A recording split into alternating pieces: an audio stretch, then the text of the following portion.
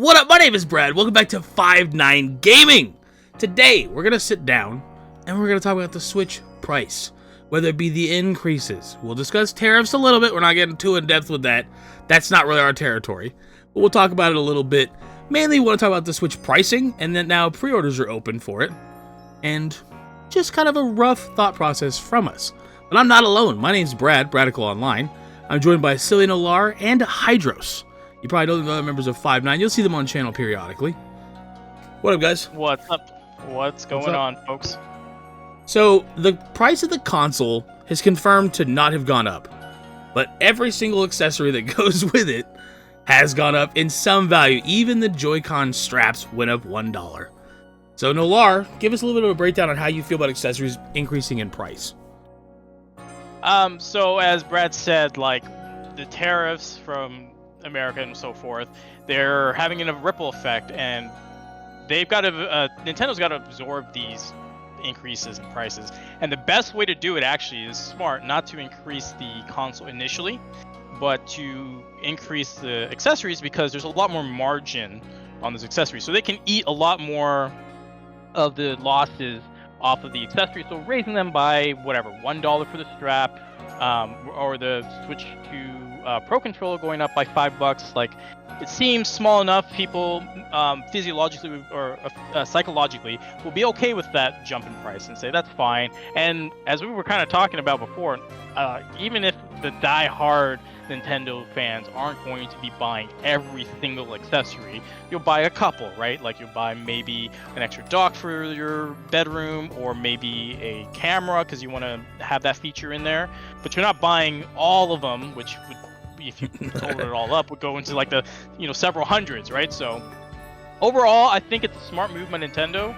It kind of, like, everyone was kind of mad about the pricing, well, mostly for the games, but they're just like, oh my gosh, we don't know what's going on. But now you can pre-order it, and it seems like it's a pretty good job by them. But unfortunately, they just said that, things are subject to change. So these are what they are right now, and who knows what it looks like in 3 months and 6 months and so forth. Yeah, I don't think there's any, issue with the console pricing. I think $450 is pretty fair. I mean, the OLED is already $350. So you start talking $100 more, I don't think that's an issue. We all kind of agree on that. I think that the games moving forward, that whole price variable thing, you're kind of getting down a rough road, at least in my opinion, just strictly because, I mean, what if GTA 6 actually comes out and says it's $100? I mean, sincerely, what are we talking about here? Even a couple Joy-Cons, intending they don't have stick drift, going out there for $100 after tax? That's crazy. I don't know, Hydros, what do you think about the price of the Switch? Do you think it's, validated at $450? In terms of what the Switch can offer in its terms of power and the performance of it in comparison to the Switch One, by all means, yeah, it's very much worth its price. I know people are comparing it to the PS4 Pro, but there's a lot of stuff on the Switch that even the PS4 Pro didn't really do back then. I believe like DLSS, and I don't remember if it had VRR. I don't think it did. I think it had. Yeah, there was a VR one, because you had the VR 2. No. VRR, variable refresh rate. Oh, gotcha. For the 120. I don't think it even supported 120 hertz back then. I don't think that standard was a thing. Yeah, probably not. Yeah, I don't think so. Either way, I think that the performance of it, at least in comparison to the Switch One, and its price jump versus when the Switch went from the Switch to the OLED, I had a hard time even justifying that $50 to go to the OLED, because nothing else got changed. At least with this, a lot of stuff got improved and a lot of performance buffs. So yeah, I do think the Switch is reasonably priced, and I think the bundle is your best bet, at least at getting Mario Kart World, because it's $50 value versus the $80. Well, you gotta, with the OLED, it went up, I think, the memory went up? Because the original Switch was, it's 32 gigs or something? The original Switch was nothing. Well, I mean, even that, 64 gigs, even by that standard. No, you're not wrong. Was not a lot. It was so low. But I think the most focus was the OLED screen, and they did improve the kickstand as well, which was very much welcomed, right? That was much better than the little flap they gave us originally. Oh, that's a very Nintendo. For the screen, I would have justified $100 purchase for an OLED if the actual hardware was improved. But the way Yeah. I think the Switch is going is similarly to like the 3DS and the new 3DS lineup. The 3DS was the original Switch. 3DS XL was the OLED because it was just the bigger screen upgrade. Then the new 3DS came along, increased the actual performance of the hardware, not a lot, but a little bit. And that's the Switch 2 right now. So we're kind of in how the 3DS kind of operated a little bit. Well, we won't dive too in depth into it. Just Right. I think it's a funny thing that like that whole idea that you have another screen that can plug into the top of the Switch. I do think that's That would pretty be cool. awesome. I'm not gonna lie to you. If it turned itself into a 3DS, I'd be over the moon about that. I'm not even gonna act like That would be cool, but the top port doesn't support video out. So it Okay, would have alright, to well, plug into the bottom. Just crush my dreams. Not a big deal. But no, That's it fine. could still go into the bottom. Let's It ain't a not big get that deal. wrong. But they could support that with software, I think, ultimately. Probably. Yeah. I mean, yeah, they probably could.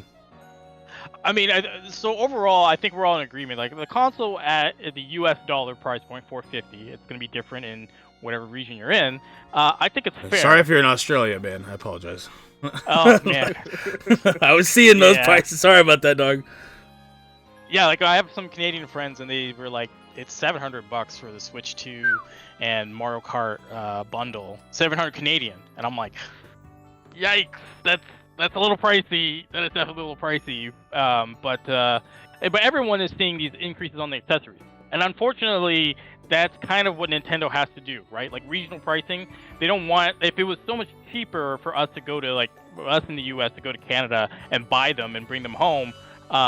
We would all do that, but instead they want to make sure, like, if you're in the U.S., you buy games and you buy your accessories from, retailer or the Nintendo directly in the U.S., stuff like that. So, unfortunately, everyone's got, the extra €5, the extra 5 Canadian, 10 Canadian dollars, and for us here in the U.S., 5 extra U.S. dollars. So, overall, it seems like a win. I mean, but like I mentioned before, for the caution, prices are subject to change because we just don't know what's gonna happen, right? And they don't know either. They're just like, this is what it looks like now. So this is just from me. I would say don't buy a lot of this stuff from Nintendo. I know it's a hot take, but I would not pay $85 for a carrying case. That's just me. I don't know. Maybe I'm incorrect. I wouldn't. That's just me. I don't know. Maybe another dock. Yeah, I could. $120 is a lot of money, though. Good God. You notice they have 2 carrying cases. One's an all-in-one. That's $100. Well, Canadian. I'm looking at Canadian right now. It's like what? Crazy. But no. But they have an all-in-one. But then they have a carrying case and a screen protector for what is it? 40. $40. That's not that bad. I'm not gonna lie. Carrying case plus the screen protector. As long as it's probably a cheap screen protector, but hey, the screen protector's not bad. And okay, mean, so good. You're fine. I was just gonna say, just obviously there's gonna be third-party, accessories out there. So, get the bare minimum that you need to get stuff operating. But I'm sure in the next coming months or so, there are going to be other companies coming out with their own cameras that are not. I think it's already listed. I'm pretty sure. Ori's already got one. That's that flower one. Yeah, but it's like 480p compared to the other official one. It's like, dude. Yeah, so I'm just saying you could be a little discerning, right? You could save a little more money by going through a third-party accessory, but at least the thing is with Nintendo, they will tell you like this stuff will 100% guarantee to work. So that's what you're paying the expensive premium for, right? I mean, we're people that are online at all times or plugged in. If I was just a normal person that just like worked at a store and like my kid's like, I really want this, and maybe that camera could be kind of fun. You could game with your cousin or something. I do think it's different territory for Nintendo to be diving into with a camera. I would have never thought that, just because of the implications of a kid going online and having a camera with their face. Sadly, we live in a world that we have to think about that type of stuff. I would assume luckily they have the parental control to block. Yeah, of course, yeah, they'll definitely have that. But I could see how it could be a fun little thing. If I was 10, and he told me I could game with my cousin across the country and I could see his face, that'd be sick. I'd be down for that. I think that'd be cool. I had a thought as well. You know how we're talking about like the accessory prices going up, and we know that the games obviously went up because the world can't shut up about it. But when you think about it, the accessories didn't go up that much, but neither really did the games. But when you kind of combine the fact that both went up, they're kind of they did increase costs, but they're kind of making up for, like, as we said, like the tariffs and stuff. not just in the accessories, but technically the games can help make up for that too by being those prices. So that way, not everything or one particular thing is going up drastically by a lot. It's all of them kind of a little bit. I'd rather take the little bit across the board than one thing going whoosh. I think it's that it just went up $10 with Tears of the Kingdom, which I know that was 2 years ago. I get that, but that's a big increase in a 2-year period. I can only see that justifiably if the cart is like faster than the original cart is, like for load times. It's like if the original one is like very much slower than the new one. That's the only reason I can justify that cost increase, because I would rather have the better cart than not. But okay, again, so digital exists. Well, technically speaking, isn't it? It's certain games are just going to be digital in general, and it's just a key to access the game, right? Technically speaking, it's all digital. So, yeah, they have the game key card, which the way that works is the game key card lets you download the digital version of the game, but it's not like it's tied to your account, so that your account's not like the key itself, like where it has to go online, verify that you own it, blah, blah, blah, right? You know how most digital games do. As long as you have that cart installed in the Switch, you can play it without need it for being tied to your account. So you can actually sell the card or give it to your friend to play the game and stuff like that, like you would a physical version. You would just download it in the key card. I don't know how I feel about that, to be honest. I don't fully know. The only downside is if you lose that card, you're screwed. Yeah, that's just. I mean, good. The other downside too is like if they remove the game from the servers, you just don't have access to that game anymore. So like from just a pure game preservation perspective, like that's dead. You know what I mean? It's just us being boomers, honestly. I wouldn't say it's necessarily dead. It doesn't. Even like the OLED, when they patch the Tegra stuff, if that stuff still gets hard modded, people can dump digital versions of the games. Those games will forever get preserved. I guarantee it won't take a year, hardly. Maybe it won't even take 6 months for them to crack into that Switch 2 and get that stuff. Either way, if you have the digital game key card, or at least a digital version, and you don't plan on reselling it or getting rid of the game key card, buy an SD card, keep the game downloaded, make sure you never lose it. And that way, if it ever does get taken down, you still have the game downloaded and you can play it. So that is a point to point out as well. Everybody's pointed out, so you probably already know. Make sure you get an express micro SD card. Normal SD cards do not work with the Switch 2. So you need an express. They do work only for they videos probably just and they photos. probably just store. Oh, okay, for photos and videos. So yeah, but they don't work with games. So you can technically use them, but not in that way. So so it won't work for like games and installing games and stuff. So yeah, you do need the express. They're very much faster than the other ones, and it's gonna be so much nicer. The 90 megabit per second speeds on the old cards suck. All right, well, we'll come up to the final point. You can get your Switch pre-order April 24th at GameStop.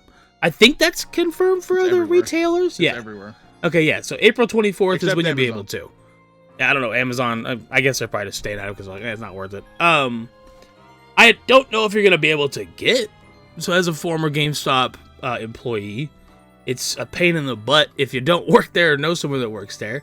So you may have to be there first minute. It says midnight release. That's what GameStop tweeted out. Midnight release returns for Switch 2. Because they haven't done a midnight release in, I mean, maybe some do personally, but they haven't done it in a hot minute. You gotta be there, or they only have limited amounts. At least they used to with old consoles. You would only have a set number of pre-orders. So, by me saying you can get your Switch 2 pre-ordered on that date, you gotta be like first in line. Which I think the Switch 1 even did too. The girl I was dating at the time stood out in the snow for me. So, I remember being like, "Dang, thanks, man. Yeah, we can keep hanging out." But other than that, I think we're gonna wrap this video up. If you enjoy this type of content, just a little more off the cuff, we just discuss things, leave a like, subscribe, follow us on Twitter at 59gaming. My name's Bradical. That's Hydros, and that's Nolar, silly Nolar, if you want to look him up. Give us a follow, check it out if you enjoy the content. If you've made it this far, I assume you're at least okay with the content. You don't hate us. Leave a like, subscribe. Thank you so much for watching. We do appreciate it. And I'll let you guys say peace out. See you guys. See ya. Deuces.